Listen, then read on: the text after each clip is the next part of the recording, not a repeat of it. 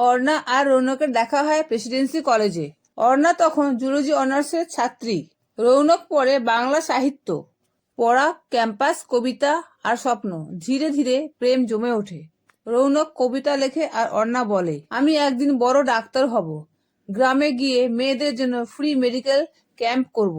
অর্ণা পেল scholarship, AIIMS, দিল্লিতে ডাক্তারি পড়ার সুযোগ। সমাজ, আত্মীয় স্বজন বলল, মেয়ে মানুষ এত দূরে, বিয়ে দিয়ে দাও, শান্তি পাবে। কিন্তু রৌনক বলল, তুই ডাক্তার হবি, আমি অপেক্ষা করব। আমি চাই না তুই আমার স্ত্রী হয়ে থাক, তুই হবি দেশের সম্পদ। তারা আলাদা হলো, কিন্তু সম্পর্ককে ধরে রেখেছিল শক্ত করে। ভিডিও কল, চিঠি, কবিতা সব চলত। রৌনক তার প্রথম কবিতার বই উৎসর্গ করলো তাকে, যে ভালোবাসার মানে শুধুই থাকা নয়, তাকেও উঠে দাঁড়াতে দেওয়া। এইমসে পড়াশোনা করা, দায়িত্ব আরো বেশি।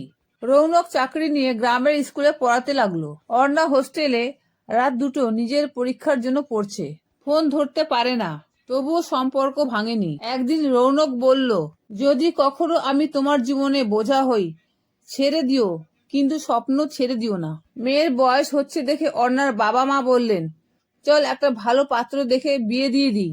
অর্ণা স্পষ্ট বলল, আমি এখন বিয়ে করব না, আমি চাই না আমার কোট পরা বন্ধ হোক, কারো ঘর সামলাও শুনে। অর্ণা 2024 সালে ডাক্তারি শেষ করে নিজের হাতে প্রথম ফ্রি মেডিকেল ক্যাম্প খুললো নিজের গ্রামে। প্রথম দিন সাদা অ্যাপ্রন পরে সে চেয়ারে বসে, আর ভিড় ঠেলে এগিয়ে এলো রৌনক, হাতে তার একগুচ্ছ গাঁদা ফুল।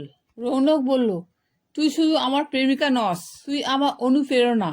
আজ তোকে বিয়ে করতে চাই না, তোকে স্যালুট করতে এসেছি।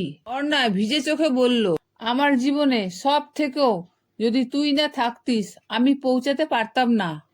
তুই ছিলি বলেই আমি নিজের উপর বিশ্বাস রেখেছিলাম। এই ছোট্ট গল্পটি আপনাদের কেমন লেগেছে কমেন্টে জানাবেন। ধন্যবাদ।